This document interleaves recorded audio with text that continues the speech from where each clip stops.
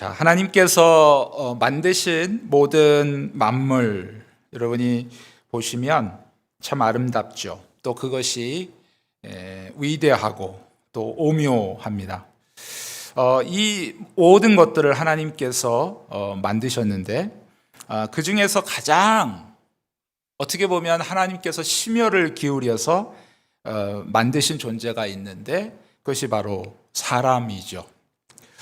자, 성경에서는 이 하나님께서 이 사람을 얼마나 심혈을 기울여서 만들어 주셨는가 하는 것을 우리에게 가르쳐 주고 있습니다. 그것은 바로 하나님의 형상대로 만들어졌다. 그렇게 우리에게 가르쳐 주고 있죠. 자, 하나님의 형상이라고 했을 때, 자, 우리가 어린 아이들도 그런 의문을 갖고 또 우리 어르신분들 중에서도 아직 성경 지식이 잘 익숙하지 못한 분들께서는 자, 하나님의 형상이라고 했을 때 그 형상이라고 하는 것이 우리가 생각하는 그런 얼굴 모양 또는 어떤 인간의 어떤 형태 그런 부분들을 여러분이 생각하실 수 있습니다. 그러나 하나님은 어떤 존재냐 하면 하나님은 성경에 보니까 영적인 존재다 그렇게 얘기했어요. 그러니까 영적인 존재라고 하는 것은 가장 독특한 특성이 뭡니까? 보이지 않는 거죠. 우리 눈에 보이지 않는 존재예요. 그런데 그 보이지 않는 하나님이 하나님의 형상대로 인간을 만드셨다 했을 때 그럼 도대체 이것을 우리가 어떻게 이해해야 될까 하는 것이죠. 자, 성경에 하나님의 형상이라고 해놓고 하나님의 형상이란 즉 이것이다 라고 우리에게 딱 말씀해 주셨으면 좋겠는데 이것이 66권 안에 이렇게 전체적으로 흩어져 있기 때문에 이것을 이제 정리할 필요가 있는 것이죠. 그래서 신학자들이 이제 이런 부분들을 정리해서 우리에게 알려주는 것입니다. 그래서 하나님의 형상이라고 하는 것은 하나님이 영이라고 했잖아요. 그래서 우리 피조물 중에서 모든 만물들은 보여지는 어떤 육신적인 어떤 형체가 있죠. 그러나 그 안에 영적인 것은 존재하지 않습니다. 이 세상의 동물, 식물, 움직이는 모든 천체 이런 것들은 다 보여지는 형태로서 끝나버리는 것이죠. 그들이 수명이 다 하면 없어지는 것입니다. 소멸되어지고 더 이상 다시 태어나지 않는 것이죠. 그러나 사람만은 유독 이 보여지는 육체를 만드심과 동시에 그 안에 바로 하나님이 영이시다라고 하는 이 강력한 특징이 우리 안에 주어졌다 하는 사실입니다. 그래서 하나님께서는 인간을 만드시면서 그 코에 생기를 불어넣으셨다. 이제 그런 표현을 했죠. 그래서 성경의 어떤 부분들을 여러분이 문자 그대로 받아들이실 그런 문장도 있지만 어떤 비유적인 표현도 있단 말이죠. 우리가 하나님에 대해서 영이다라고 어떤 기본적인 축에서 생각했을 때 하나님이 코에 생기를 후하고 불어 넣으셨겠느냐? 그렇지 않다는 거죠. 이것은 무엇을 상징하냐면 바로 하나님의 영혼, 창조를 우리에게 가르치고 있는 거죠. 그래서 인간을 흙으로 만드신 다음에 하나님께서 그 영혼을 또 새롭게 만들어 주셨다. 그래서 어떤 일이 벌어지게 됐습니까? 하나님은 영적인 존재죠. 또 우리도 그 안에 영혼이라고 하는 것이 있죠. 그래서 어떻게 됩니까? 하나님과 이제 교제할 수 있게 됐다는 거예요. 여러분, 이 세상에 어떤 것도 어떤 피조물도 하나님과 교제한다라고 하는 말을 들어보신 적 있습니까? 없어요. 왜냐하면 그들은 그냥 육체로 태어나서 육체로 죽으면 그냥 끝나버리니까. 그러나 인간만은 그 안에 하나님의 영이 그 안에 거하고 계시기 때문에 우리가 그분과 교제할 수 있는 그러한 특권을 누리게 되었다 하는 것이죠. 이것이 바로 하나님의 형상대로 지음을 받았다 하는 의미라고 말씀드릴 수 있겠습니다. 그래서 여러분, 하나님께서 이제 에덴 동산에서 선악과를 따 먹으면 너희가 반드시 죽으리라 그렇게 말씀하셨잖아요. 그래서 이제 아담과 하와가 선악과를 따 먹었는데 그 즉시 죽었습니까? 그 즉시 죽지는 않았죠. 자, 그럼 이런 죽는다라고 하는 이 의미가 무엇이겠는가 하는 것이죠. 이것이 바로 인간과 하나님을 연결해주는 가장 중요한 부분이에요. 그래서 하나님의 명령을 불순종한 인간에게 가장 먼저 또 가장 치명적으로 다가온 것이 바로 하나님과의 교제 단절이라는 거예요. 우리는 다른 피조물과 구분되게 분명히 하나님과 영적인 교제를 나누는 그러한 존재로 창조되어졌는데, 여러분, 바로 하나님의 말씀에 불순종, 그 결과로 따라온 것이 바로 하나님과의 교제의 단절이다. 이것이 바로 불행의 시작이죠. 인간의 육체의 죽음은 하나의 그 결과로 따라온 것에 불과합니다. 우리에게 가장 심각한 문제는 바로 하나님을 더 이상 만날 수 없다는 거예요. 우리가 하나님을 찾을 수 있는 지식도 잃어버리고 하나님에 대한 그러한 지혜도 잃어버리고 또 하나님을 찾고자 하는 그러한 올바른 열망도 잊어버리고, 그러니까 여러분, 이것이 심각하다는 것이죠. 그래서 이 하나님의 형상이라고 하는 것은 여러분 이렇게 기억하시면 됩니다. 바로 하나님과 영적인 교제를 나누는 존재, 이것이 바로 하나님의 형상을 가진 존재다. 또 하나님의 형상으로 만들어졌다라고 하는 것은 또 어떤 의미가 있을까요? 가장 중요한 것 중에 하나가 바로 하나님의 성품을 닮았다는 것이죠. 자, 여러분, 이 세상에 많은 사람들이 사랑을 하죠. 부모가 자식을 사랑하고, 또 남자가 여자를 사랑하고, 또 친구와 친구끼리 또 우정이 있죠. 자, 이런 어떤 인간들이 사랑을 할 수 있다라고 하는 이 자체가 누구로부터 온 것인가? 이것은 바로 인간 스스로에게로부터 만들어진 것이 아니죠. 바로 사랑을 만드시고 또 사랑의 근원이 되신 하나님께로부터 우리에게 왔다는 사실입니다. 그러니까 그 사랑을 만드신 하나님께서 우리에게 심혈을 기울이고 또 사랑을 부어서 우리를 만드셨기 때문에 우리는 성격적으로, 좀 쉽게 말씀드리면 성격적으로 그분을 닮았기 때문에 우리가 사랑을 할 수 있게 된다. 그런데 범죄하기 전에는 이것이 온전한 사랑이 되어질 수 있었겠죠.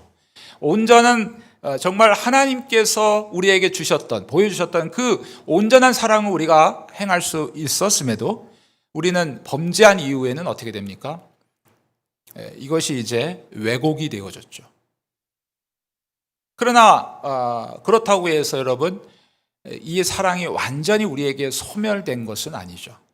오늘 우리에게도 불완전하지만 여전히 부모가 자식을 사랑하는 마음, 또 부부끼리의 그 순수한 사랑의 마음, 다른 사람을 위한 헌신의 사랑의 마음, 자, 이런 것들이 여전히 우리에게 아주 드물긴 하지만 있다는 사실입니다.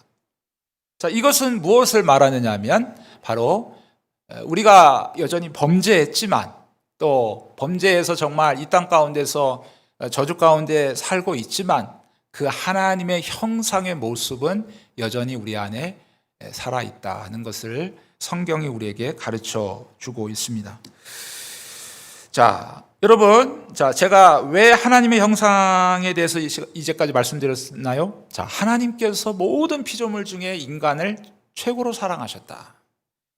인간에게 정말 하나님의 모든 좋은 것들을 우리에게 주신 거죠. 자, 그것이 뭐냐? 첫 번째는 하나님의 형상대로 만들었다 하는 것이고요. 자, 이 하나님의 형상이라고 하는 것은 다시 정리하면 하나님과의 영적인 교제와 그리고 하나님께서 가지고 계신 그 아름다운 성품, 사랑뿐이겠습니까? 오래 참음, 긍휼한 마음, 불쌍히 여기는 마음, 이런 모든 정말 하나님께서 가지고 계신 이 아름다운 성품들이 우리 사람들에게도 동일하게 전달되어져서 우리도 그 하나님처럼 비록 흉내 내는 것이지만 그래 흉내를 낼 수 있다라고 하는 사실이죠. 자, 두 번째로 하나님이 우리를 사랑하시는 증거는 우리와 사람과 약속하셨다는 거예요. 약속. 여러분, 이 약속을 한다는 것은 어떤 대등한 관계 속에서 이루어지는 것이 아니겠습니까? 여러분, 하나님이 다른 어떤 피조물과 약속하셨단 말을 여러분 들어본 적이 없으실 거예요. 근데 성경을 보게 되면 다 언약으로부터 시작해서 언약으로 마치게 되죠. 그래서 이 언약이라는 말은 쉬운 말로 약속이라는 말입니다. 그러니까 하나님께서, 물론 하나님이 주도권을 가지고 하나님께서 이 약속의 모든 기준을 이제 정하셨죠. 그러나 우리 인간을 또한 정말 하나님과 어떤 그 약속을 맺을 만한 대등한 관계로 우리를 인정하심으로 우리와 약속을 하셨다는 거예요. 그리고 이 약속이 벌써 에덴 동산에서부터 시작되지 않습니까? 바로 이 선악과를 따 먹지 않으면 너희가 영생을 하게 될 것이고, 그리고 선악과를 따 먹게 되면 너희가 영원히 반드시 죽게 될 것이다 라고 하는 이 약속인 것이죠. 이것을 지난번에 제가 말씀드렸듯이 행위 언약이라고 하지 않습니까? 이 하나님의 말씀을 우리가 손과 발로 실천함으로 인해서 우리가 영생을 얻게 되고 또 지옥의 저주를 받게 되는, 이게 이제 바로 범죄하기 이전의 그런 모습이란 말이죠. 범죄한 이후로는 우리의 행위로 구원을 얻을 수가 이제 더 이상은 없죠. 그러나 범죄하기 이전에는 그들의 행위로 말미암아 온전한 영생을 얻느냐 저주를 얻느냐, 이것은 바로 우리 인간들에게 하나님께서 언약을 맺어 주셨다 하는 사실입니다. 그러나 인간이 불행하게도 이 하나님의 말씀을 불순종하게 됐죠. 자, 그렇게 될 때 하나님은 또 어떤 약속을 하십니까? 바로 은혜의 약속을 하시죠. 자, 은혜의 약속, 은혜의 언약이라고 하는 것은 뭐죠? 그 하나님의 긍휼과 사랑을 받을 자격이 없는 자들에게 베풀어 주시는 하나님의 큰 사랑이죠. 이것이 바로 은혜의 언약이다. 이것이 바로 이 인간이 범죄한 이후로 이제 앞으로 나타날 여자의 후손인 예수 그리스도를 통해서 그 모든 은혜의 언약이 완전히 완성되어지고, 이것이 또한 오늘 우리에게까지, 또 주님 오시는 그날까지, 다시 오시는 그날까지 이 언약이 작동되어질 것입니다. 여러분, 하나님께서는 이렇듯 우리 인간을 다른 피조물보다 너무너무 사랑하셔서 우리와 약속을 하셨다. 그래서 여러분, 제가 조금 전에도 말씀드렸지만 어떤 약속을 하셨다고요? 에덴 동산에서 바로 선악과에 대한 약속이죠. 그래서 선악과를 따 먹지 말라. 어떻게 보면 명령과 같은 말씀이기도 하지만 다른 관점에서 보게 되면 이것은 약속이라고 하는 사실이에요. 그래서 그 약속을 지켰을 때는 복을 받게 되고 그 약속을 어겼을 때는 저주가 우리 가운데 임하게 된다는 것이죠. 그러나 여러분, 불행하게도 인간은 하나님의 그 약속을 지키지 못했어요. 그래서 결국 하나님께서는 바로 하나님께서 스스로 인간과 맺으신 그 약속, 그 언약이 파기되어짐으로 말미암아, 인간 스스로 그것을 파괴시킴으로 말미암아 이제는 인간을 향해서 하나님은 이렇게 얘기할 수밖에 없어요. 너희는 죄인이다라고요. 이것은 법정적인 선포입니다. 여러분, 판사 앞에서 재판을 하지 않습니까? 재판을 왜 합니까? 이 사람의 잘못이 정말 실제적으로 그 잘못을 했는지, 또 어떤 억울한 부분은 없는지, 그런 부분들을 어떤 사건이나 이런 여러 가지 증인의 이런 대언을 통해서 이제 옳고 그름을 따지는 것 아니겠습니까? 그것을 서로 이제 양쪽의 공방이 이어진 후에 재판장이 그것을 듣고 이제 판결을 내리는 것이죠. 그러니까 하나님께서 재판장이 되어 주셔서 인간을 향해서 판결을 하셨는데 뭐예요? 너는 죄인이다는 거예요. 인간은 어떤 존재였어요? 하나님의 형상대로 만들어진 존재였어요. 하나님의 성품을 닮은 존재였어요. 하나님과 약속을 맺을 만큼 하나님은 정말 끔찍히도 사랑하셨던 존재였어요. 근데 하나님은 그 인간을 향해서 이제는 너희는 죄인이다 라고 그렇게 선포를 하셨다는 거예요. 왜요? 하나님과의 약속을 인간 스스로 깨버렸기 때문에 그렇죠. 그래서 이것을 성경에서는 뭐라고 얘기하냐면 바로 죄라고 얘기합니다. 죄의 정확한 정의는 바로 여러분, 하나님과의 약속을 어긴 것, 뭐 또 다른 말로 표현하면 하나님의 명령을 순종하지 않은 것, 그렇게도 얘기할 수 있겠죠. 그러나 그것보다는 조금 더 성경의 어떤 전체적인 문맥에서 우리가 살펴보게 된다면 이 하나님과의 약속을 인간이 깨버렸기 때문에 이 깨버린 자체를 바로 하나님은 죄다 그렇게 선포하고 우리 인간을 향해서 죄인이다 그렇게 얘기하시는 거죠. 여러분, 이 죄라고 하는 것을 알려면 우리가 알아야 될 것이 있는데 바로 법이라고 하는 것을 알아야 되겠죠. 자, 에덴 동산에서부터 법이 있었어요. 그 법이 뭡니까? 오직 한 가지밖에 없었죠. 바로 선악과를 따먹지 말라는 법이죠. 그러니까 그것이 여러분 지켜지느냐 지켜지지 않느냐에 따라서 죄인이냐 그렇지 않느냐가 결정이 된다는 거예요. 오늘날도 마찬가지죠. 자, 오늘날 이 당신이 죄인입니다, 당신이 이런 죄에 해당이 됩니다 라고 선포하는 근거는 무엇이죠? 바로 법이 있기 때문에 그렇죠. 그 법을 적용해서 그 사람이 그 법의 약속을 깨게 되면 그 사람은 죄인이 되는 것이죠. 예를 들면 그렇죠. 뭐 아주 너무 쉬운 예인데 이제 다 운전을 하시지 않습니까? 운전하시는 분들, 자, 초록색 신호가 켜지면 어떻게 돼야 됩니까? 앞으로 가야 되죠. 자동차 입장에서는 이제 초록색 신호가 켜지면 앞으로 가고, 자, 보행자 입장에서는 빨간색 신호가 켜져 있겠죠. 그런데 이것을 자동차든지 보행자든지 어기게 되면, 자, 사회적인 약속은 뭐예요? 자, 빨간색이면 가는 것이고, 자, 빨간색이 아니라 초록색이면 가는 것이고, 그 다음에 빨간색이면 쓰는 것이다. 자동차든 사람이든, 그죠? 이것이 사회적인 약속 아니겠습니까? 이게 법이란 말이에요. 약속이고 곧 법이란 말이죠. 근데 이것을 이제 깨트리는 순간 어떻게 돼요? 문제가 발생하는 거죠.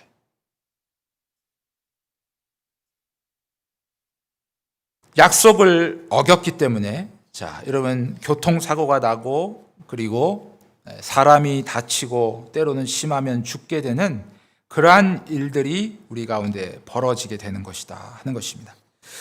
자, 아까도 제가 말씀드렸지만 이 성경에서 말하는 이 죄의 정의는 바로 하나님과의 약속을 깨트리는 것이고, 그리고 하나님의 법을 어기는 것을 바로 의미한다 하는 것이죠. 자, 그러면 여러분, 이 하나님의 법이라고 하는 것은 뭘까요? 하나님의 법이라고 하는 것. 자, 하나님의 법이라고 하는 것은 바로 성경을 통해서 우리에게 주신 말씀을 의미하죠. 그래서 여러분, 뭐 가장 대표적인 것이 성경을 요약해 놨다고 해도 과언이 아닌 것이 바로 십계명이죠. 십계명은 구약 시대의 모세를 통해서 이스라엘 백성들에게 주신 계명이죠. 하나님의 택한 백성으로, 이스라엘 백성으로 그들이 어떻게 살아가야 될 것인가 하는 것을 가르쳐 주는 것입니다. 그런데 어떤 사람들은 그 십계명이 구약 시대에 이스라엘 백성들에게만 주신 것이고 오늘 신약 시대를 살아가는 우리들에게는 이미 예수님께서 오셔서 이 모든 것들을 완성해 주시고 또 예수 안에서 온전한 자유를 우리가 얻었기 때문에 과연 십계명을 지킬 필요가 있겠느냐? 그것은 과거에 이스라엘 백성들에게 마치 예수님이 오시기 전에 그림자처럼 우리에게 주신 것이지 더 이상 신약 성도들에게는 그것이 필요 없다라고 생각하는 사람들이 적지 않게 있을 수 있다는 얘기죠. 그러나 여러분, 이 하나님의 법, 이 바로 십계명이라고 하는 것은 구약 시대에 누구에게 주셨다고 했어요? 바로 이스라엘 백성들에게 주셨죠. 이스라엘 백성들은 어떤 존재예요? 바로 하나님이 선택한 백성이죠. 그러니까 예수님이 오시기 전에 하나님께서 선택한 이스라엘 백성들에게 주신 법이지만 그것이 신약시대에 예수님이 오셔서 우리의 구원을 완성해 주셨음에도 불구하고 여전히 그 십계명은 바로 하나님께서 선택한 백성들이 마땅히 지켜야 될 하나님의 법이다라고 여러분 성경은 우리에게 가르쳐주고 있는 거예요. 그래서 여러분 이 십계명을 보게 되면 딱 두 가지로 이렇게 나눌 수가 있겠습니다. 뭐 어떤 이는 1계명에서 4계명까지는 하나님에 대한 계명이고 5계명부터 10계명까지는 인간에 대한 계명이다 이렇게 나눈다고도 하지만 그것보다 더 중요한 것은 바로 딱 두 가지예요. 뭐냐면 바로 무엇을 하라 라고 하는 말씀이 있고 무엇을 하지 말라라고 하는 말씀이 있죠. 그러니까 단순합니다. 하나님께서 우리에게 말씀하시고 약속하시고 명령하실 때는 하나님께서 무엇을 하라라고 하면 어떻게 됩니까? 그 약속을 지키려면 그 말씀 그대로 해야 되는 것이죠. 자, 또 반대로 하나님께서 이것을 하지 말라 했으면 끝까지 자기 생명보다도 더 그것을 소중히 여김으로 하나님의 말씀을 지켜야 되는 것이죠. 에덴 동산에서 정말 하와나 아담이 정말 그때는 하지 말라라는 계명 하나밖에 없지 않았었습니까? 그 하나만 정말 자기 생명처럼 붙들었더라면 오늘 우리에게 불행한 일들이 벌어지지 않았을 것이지 않느냐 이런 생각이 듭니다. 오늘날 우리에게도 마찬가지예요. 10계명에 보게 되면 내 부모를 공경하라라고 말씀하셨죠. 자, 우리가 어떤 사람들은 이렇게 생각합니다.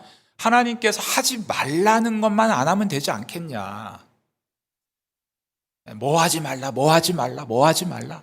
거짓말하지 말라, 또 도적질하지 말라, 살인하지 말라. 말라가 너무 많잖아요. 그러니까 말라만 안 하면 우리가 어쨌든 하나님의 말씀을 지킨 것이지라고 생각하는 사람들도 적지 않게 있다는 거예요. 그러나 분명히 하나님은 어때요?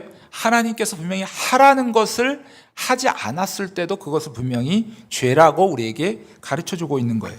그러니까 내 부모를 공경하라라고 얘기했을 때 여러분 부모를 공경하지 않으면 그것은 어떻게 돼요? 죄가 되는 것이죠. 물론 부모를 공경하라는 의미로서 여러 가지 우리가 해석할 수 있겠습니다. 이 시간에는 뭐 그것을 우리 10계명 강의하는 시간이 아니기 때문에 우리가 그것을 다 얘기는 못합니다. 부모를 공경하라라고 했을 때 공경하지 않았을 때 하나님은 우리를 바로 죄를 지었다라고 우리에게 그렇게 여겨주시는 거죠. 또 거짓말하지 말라, 이번에는 이제 말라는 것이죠. 자, 거짓말하지 말라라고 얘기하셨는데 거짓말하게 되면 바로 그것이 죄가 되는 것이죠. 우리는 성경을 통해서 알 수 있는 것은 하라고 하신 것은 열심히 해야 됩니다. 목숨을 정말 내 목숨처럼 여기고 해야 되는 거죠. 항상 기도하라. 범사에 감사하라. 쉬지 말고 기도하라. 여러분, 이것이 우리를 향한 누구의 뜻이라고요? 하나님 아버지의 뜻이에요. 여러분, 성경에는 하나님 아버지의 뜻이다 이것이라고 하는 것이 몇 가지가 나오는데 명확하게 나온 것이 바로 이 세 가지잖아요. 근데 과연 우리들은 항상 기뻐하고 있는가? 범사에 감사하고 있는가? 또 쉬지 말고 기도하고 있는가? 이것을 정말 내가 목숨처럼 여기고 때로는 기뻐할 수 없는 상황이라도 때로는 정말 감사할 수 없는 상황에서도 하나님이 명령하셨기에 우리는 그것을 순종해야 되는 것이죠. 왜냐하면 저와 여러분들이 하나님의 백성이기 때문에. 여러분, 기도할 시간이 없고 또 기도할 상황이 안 된다 할지라도 우리는 쉬지 말고, 여러분, 기도라고 하는 것은 마치 호흡과 같다고 여러분이 얘기하시지 않습니까? 여러분, 시간이 없다고 우리가 숨 쉬는 거 멈출 수 있겠습니까? 여러분, 상황이 어렵다고 숨 쉬는 거 멈출 수 없잖아요. 숨 쉬는 거 멈추는 거는 죽기를 각오하지 않은 사람 이상은 다 할 겁니다. 내가 살아가려고 하니까, 내가 살아야 되니까. 기도도 마찬가지죠. 항상 기도하라. 이 말씀 안에는 쉬지 말고 기도하라. 이 말씀 안에는 두 가지가 있는 거예요. 우리가 하루 24시간 생활하면서 우리에게 맡겨주신 일이 있죠. 자, 그 일을 하면서 내 마음으로 항상 하나님 앞에 하나님의 도우심을 구하며 또한 하나님의 지혜를 구하며 기도하는 마음으로 직장에서 일을 하고 때로는 공부를 하고 때로는 우리의 일상을 살아가는 것이죠. 그것만 있으면 안 되죠. 우리 가운데 또한 하나님 앞에 약속한 시간을 정해두고 그리고 짧은 시간 10분이라도 5분이라도 하나님 앞에 나와 우리의 자세를 갖추고 하나님 앞에 기도하는 시간이 또한 필요합니다. 이 두 가지가 필요한 거예요. 이 두 가지를 얘기하고 있어요. 우리가 살기 위해서는요, 바로 이 두 가지를 목숨처럼 여기고 해야 된다는 것이죠. 성경에는 이렇게 우리에게 정말 하라고 하는 말씀이 많이 있어요. 마지막 때가 되면 이 사람들은 모이기를 싫어한다. 그러나 어떠한 상황에서도 그 사람들의 모습을 따라가지 말고 모이기를 더욱 힘쓰라라고 말씀하신 것처럼 우리는 여러분 코로나의 이 3년 동안의 경험을 통해서 정말 우리가 상상할 수도 없었던 과연 정말 우리가 예배를 이렇게 정말 공식적인 예배가 중지될 만큼 이러한 심각한 상황이 우리 가운데 벌어졌는데요. 정말 우리는 앞으로도 이런 질병뿐만 아니라 여러 가지 우리가 하나님 앞에 예배하지 못하도록 우리의 마음을 빼앗고 우리의 모든 시간들을 빼앗는 것들이 우리 주변에 너무나도 많이 있습니다. 그럼에도 불구하고 모이기를 힘쓰라라고 하는 정말 주님의 명령을 우리가 목숨처럼 여기고 순종해 나가야 된다 하는 것입니다. 자, 여러분, 하나님께서 원하시는 건 굉장히 단순합니다. 하나님께서 하라고 하신 것을 그냥 그대로 따라하면 되는 것이고요. 하나님께서 하지 말라고 하신 것은 그냥 하지 않으면 되는 거예요. 너무 복잡하게 어떻게 하면 하나님을 기쁘게 할까 막 복잡하게 막 나를 새가면서 계획을 세울 필요가 없는 것이죠. 자, 그러기 위해서는 우리가 하나님의 말씀을 열심히 배워야 돼요. 여러분, 우리가 하나님에 대해서 알 수 있는 방법은 뭘까요? 여러분, 그냥 요즘은 유튜브나 또는 TV를 통해서 많은 말씀들이 쏟아져 나오니까 여러분 그것들을 들으면서 하나님에 대한 이미지를 그려가고 있지는 않으십니까? 여러분 나름대로 하나님을 상상하고 그려서 그 하나님을 섬기고 있지는 않으세요? 근데 우리가 다시 한번 점검해 봐야 될 필요가 있습니다. 자, 하나님은 어디에서 말씀하신 하나님을 섬겨야 될까요? 바로 성경에 자기 자신을 계시하신 거죠. 성경은 다른 말로 표현하면 하나님의 자기 계시입니다. 하나님의 자기를 드러내신 거죠. 성경 66권 안에는 바로 하나님이 자기 자신을 어떻게 드러나셨는지 어떤 역사적인 사건, 어떤 개인적인 사건, 어떤 공동체의 사건 이것을 통해서 바로 성경에 정말 너무나도 많이 우리에게 보여주셨다는 거예요. 그러니까 여러분 우리는 자, 하나님에 대해서 배우려고 할 때 성경에 관심을 가져야 되겠죠. 성경을 열심히 읽고 쓰는 것 굉장히 중요하죠. 또 성경을 열심히 배워야 되겠죠. 배우는 방법은 어떻습니까? 하나님의 말씀을 듣는 것이죠. 어느 때에 이 하나님의 말씀이 선포됩니까? 바로 예배 시간에. 그렇죠? 예배 시간에 하나님의 말씀이 선포되어질 때 여러분 그 하나님의 말씀을 통해서 우리는 하나님이 어떤 분이신가를 올바로 배워야 돼요. 그럴 때 비로소 내가 임의로 만들어낸 하나님을 섬기지 않고 바로 성경에 자기 자신을 드러내신 바로 그분 하나님을 우리가 온전히 섬길 수 있다 하는 것입니다. 그래서 성경에서는 끊임없이 이렇게 우리에게 얘기하고 있어요. 여호와를 알라, 힘써 여호와를 알라. 이것이 우리에게 힘이고 능력입니다. 사탄은 우리에게 이렇게 유혹을 해요. 야, 너희들 성경 공부 많이 하고 성경만 많이 듣고 읽고 하면 뭐하냐? 실천도 못하면서 많이 성경을 읽고 배우게 되면 머리만 커지고 말장이가 되지 않느냐. 이런 잘못된 사탄의 거짓말이 자꾸 우리로 하여금 하나님의 말씀으로 가까이 가지 못하도록 한다는 거예요. 여러분, 그렇지 않습니다. 이건 사단의 거짓말이에요. 성경은 여러분 눈을 다시 한번 씻으시고 성경을 보십시오. 여호와를 알라. 근데 그것을 우리가 어떻게 알아야 되냐면 지식적으로 알아야 돼요, 여러분.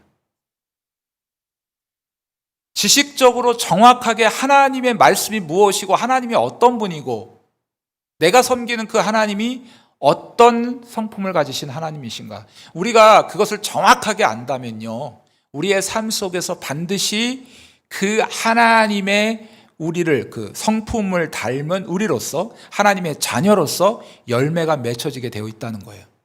근데 우리 삶 속에서 아직까지도 열매가 맺혀지지 않은 것은 다른 문제, 첫 단추를 잘못 낀 거예요. 뭐예요? 하나님에 대한 올바른 지식에서 서 있지 않기 때문에 그래요. 내가 만들어낸 어떤 그 하나님, 또는 누군가를 들어서 내 안에 이렇게 만들어낸 그 하나님, 자기 우상이죠. 그게 하나님이 아니죠. 그러니까 여러분, 성경에서 말씀하시는 하나님의 자녀로서의 열매가 맺혀지겠습니까? 여러분, 우리는 하나님을 지식적으로 아셔야 돼요. 성경이 지금 우리에게 뭘 원하고 계시는지, 이것을 우리가 생명처럼 여기고 관심을 가지셔야 돼요. 그래서 정말 우리가 예배가 중요한 것이고요, 교회에서 여러분 성경 공부가 중요한 것이고, 그리고 여러분의 말씀 읽는 시간이 중요한 것이고요, 말씀을 쓰시는 시간이 중요한 것이고, 어쨌든 말씀을 가까이 하시면서 그 안에서 하나님을 알아가게 될 때 우리는 비로소 하나님의 명령을 순종할 수 있는 첫 발자국을 뗀 겁니다. 첫 단추를 깬 거예요. 이 첫 단추가 잘못 깨어졌기 때문에 그 이후에 문제가 생기게 되는 것이죠.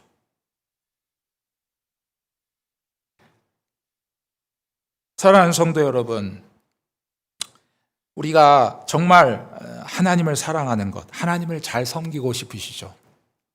너무 복잡하게 생각하지 마십시오.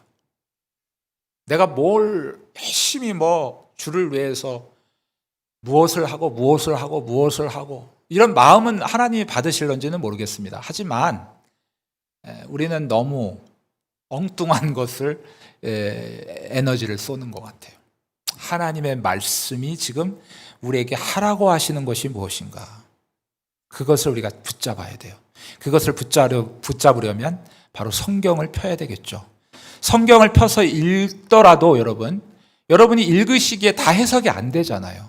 그러니까 성경 공부가 필요한 거고 말씀을 통한 해석이 필요한 것이죠. 여러분, 이런 시간들에 열심을 내셔야 돼요. 그러면 정말 여러분들이 진짜 하나님의 말씀을 정확하게 알고 있으면 그 말씀을 순종하게끔 되어져 있습니다. 여러분, 십계명, 제가 아까 말씀드렸잖아요. 십계명은 분명히 이스라엘 백성들이 저 구약시대에 주신 것으로 끝나는 것이 아니라고 말씀드렸어요. 지금 예수를 믿는 저와 여러분들이 하나님 앞에 무엇으로 여러분 책망을 받고 상을 받을 기준이 되겠습니까, 여러분? 우리들은 이미 하나님의 선택하심을 받아서 하나님의 자녀가 된 자들이에요. 그죠? 그래서 내가 십계명을 못 지킨다고 해서 구원에서 떨어지는 것은 절대 아닙니다. 이미 예수를 믿은 사람은 구원이 한번 확정되어지면 그것이 변개되지 않아요. 그런데 중요한 건 뭐냐면, 예수 믿는 저와 여러분들이 과연 예수 믿는 자녀로서 살아가느냐. 저와 여러분들을 구원하신 목적이 뭐예요? 바로 하나님께서 우리를 거룩하게 하십니다라고 성경이 얘기하고 있어요. 여러분, 사실 솔직하게 말씀드리면 우리가 어떻게 구원을 얻느냐는 성경에 딱 한 가지 방법밖에 없잖아요. 어떤 방법이에요? 예수 외에는 다른 구원의 길이 없죠. 근데 사실 그 구원에 대한 그 성경의 말씀은 얼마 안 돼요. 이렇게 성경이 두꺼워진 이유는 뭘까요? 예수 믿은 사람들이 그 이후에 어떻게 살아야 되는가, 그것을 우리에게 끊임없이 가르쳐주고 우리에게 훈련시키기 위해서 성경이 두꺼워진 겁니다. 그러니까 십계명은 가장 대표적인 하나님의 명령이 바로 하나님의 자녀들이 지켜야 될, 그죠?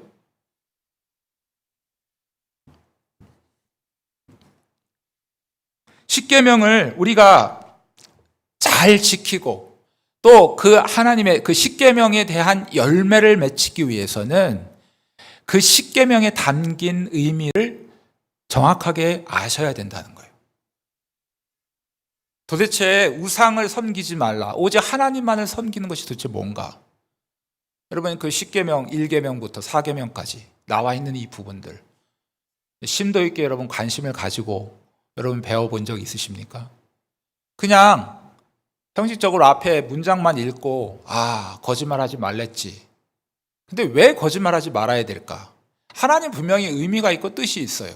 그러니까 그 말씀을 정확하게 우리가 알고 배우고 우리 마음속에 새기면 여러분 우리가 안 지킬 수가 없게 되는 거죠. 여러분, 자동차 사고가 빈번하게 나게 되면 분명히 표지판을 세우죠. 무슨 표지판을 세웁니까? 이곳에서는 사망 사고가 빈번하게 된 장소입니다. 주의하십시오. 그죠? 이렇게 세워놓게 되면 어떻게 되죠? 그 다음 운전을 해서 가는 사람들이 그 표지판을 보고 다른 곳에서보다 더 조심해서 운전하게 될 거예요. 마찬가지로 우리도 이 하나님의 말씀, 이것을 우리가 더욱더 잘 붙잡고 무엇보다도 하나님께서 우리에게 이 말씀을 우리에게 주신 이유가 무엇인가? 우리가 그것을 알게 될 때, 이것을 지키지 않으면 내가 이렇게 될 수밖에 없겠구나라는, 어떻게 보면 내 마음속 깊숙이부터 뼈저리게 그것을 느끼게 되고 더 우리가 마음을 다잡아서 하나님의 말씀을 순종하는 데 나아갈 수밖에 없는 것이에요. 그렇기 때문에 여러분 하나님의 말씀을 우리가 열심을 내어서 배워야 된다 하는 것을 우리에게 가르쳐주고 있습니다. 여러분, 이 세상에서 가장 행복한 사람은 어떤 사람일까요? 돈이 많은 사람일까요? 인기가 많은 사람일까요? 하는 일마다 잘 되는 사람일까요? 그것들은 잠시 잠깐 우리에게 행복을 줄 거예요. 그러나 시간이 지나면 그 있었던 돈도 어느새 사라져버리고 그 건강했던 건강도 어느새 사라져버리고 우리에게 또 다른 슬픔이 찾아올 것입니다. 여러분, 하나님의 말씀을 우리가 정확하게 알고 그리고 그 하나님의 말씀을 우리가 순종하며 나아가는 것이 그것이 이 세상에서 가장 행복한 자의 삶입니다. 여러분, 사단은 그렇게 우리를 유혹하죠. 에덴 동산에서 아담과 하와를 유혹할 때처럼 말입니다. 아담과 하와를 어떻게 유혹했죠? 선악과를 따 먹지 말라고 그랬더냐? 너희들 저거 따먹으면 하나님이 된다니까. 왜 저걸 안 따먹고 하나님의 명령에, 하나님의 명령? 따먹지 말라? 너희의 자유를 빼앗는 거 아니냐? 너희 스스로가 하나님이 돼. 너희 스스로가 너희 주인이 돼. 마치 사단은 아담과 하와를 최고로 위하는 것처럼 다가와서 얘기해요. 그래서 그 말을 듣고 혹해서 쳐다보니까 얼마나 따먹고 싶은 마음이 드는지. 여러분, 죄라고 하는 것은 바로 이런 특성이 있습니다. 사단이 오늘도 똑같이 우리를 유혹합니다. 하나님의 말씀이 너무 이것도 하지 말라, 저것도 하지 말라. 이거는 해야 된다. 내가 하기 싫은데 이건 꼭 해야 된다. 여러분, 우리 자유를 빼앗는 것 같지 않습니까? 그러니까 막 사단이 와서 우리를 막 그냥 이렇게 거짓말로 우리를 유혹합니다. 하나님이 너의 자유를 빼앗고 있는 거야. 불행하지 않니? 하나님 말씀 제쳐놓고 네 마음대로 살아. 이것이 너의 진정한 행복이고 그리고 자유를 누리는 거야 라고 에덴 동산에서 거짓말했던 사단이 오늘도 저와 여러분에게 그렇게 유혹한단 말이죠. 그러나 여러분, 진정한 행복은 뭐예요? 여러분, 아담과 하와가 선악과를 따먹고 진짜 사탄의 말처럼 하나님이 됐습니까? 따먹는 순간부터 아차 했죠. 죽음의 길로 드디어 들어서는구나 느끼게 됐죠. 죄라는 건 그렇습니다. 오늘 우리에게 진정한 행복은 무엇이죠? 하나님의 말씀. 그 말씀을 소중히 여기고 그 말씀이 도대체 무엇인가를 힘써서 우리가 알고 배우며 그렇게 될 때 우리의 삶 속에서 하지 말라는 것은 안 하게 되고 또 하라고 하는 것은 우리의 목숨을 다해서 지켜나가게 될 때 그 과정 속에서 어떻게 보면 내가 힘들고 훈련하는 과정 속에서 훈련이 안 됐기 때문에 우리는 범죄한 연약한 육체이기 때문에 하나님의 말씀을 순종하는 것에 익숙하지 않습니다. 그래서 훈련이 필요한 것이고 그래서 성령의 도우심이 필요한 것이죠. 그러나 이것을 잘 견디고 나면 여러분 그 안에 진정한 자유, 진리를 알지니 진리가 너희를 자유케 하리라 하신 예수님의 그 말씀처럼 우리에게 진정한 자유와 행복을 만끽하게 될 거예요. 이것은 세상에서 좋은 것, 좋은 음식 먹고 좋은 옷 입고 누리는 잠시 잠깐의 그 행복과는 비교할 수 없는 거죠. 바로 이 정말 죄악된 세상에서 살지만 하나님께서 하늘에서 우리가 앞으로 가서 누리게 될 그 영원한 자유와 행복을 이 땅에서도 맛보게 되는 것입니다. 근데 하나님은 저와 여러분들로 하여금 그것을 맛보며 살기를 원하세요. 예수 그저 겨우 구원을 얻고 그냥 자기 하고 싶은 대로 다 하다가 주님 한편 강도처럼 그렇게 죽기 직전에 예수님 고백하고 가기를 원하시진 않습니다. 여러분 왜 어느 때 예수님을 여러분 믿게 하셨나요?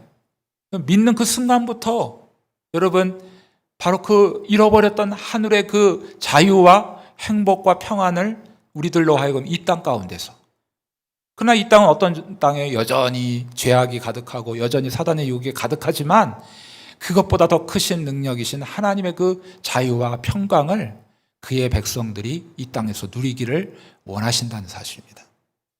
그러기 위해서는 우리가 하나님의 말씀을 힘써 알아야 돼요. 지식적으로 아셔야 돼요. 머리로 아셔야 돼요. 진짜 아는 것이 힘입니다. 아까 제가 말씀드렸잖아요. 이것은 교통사고 나는 곳입니다. 조심하십시오.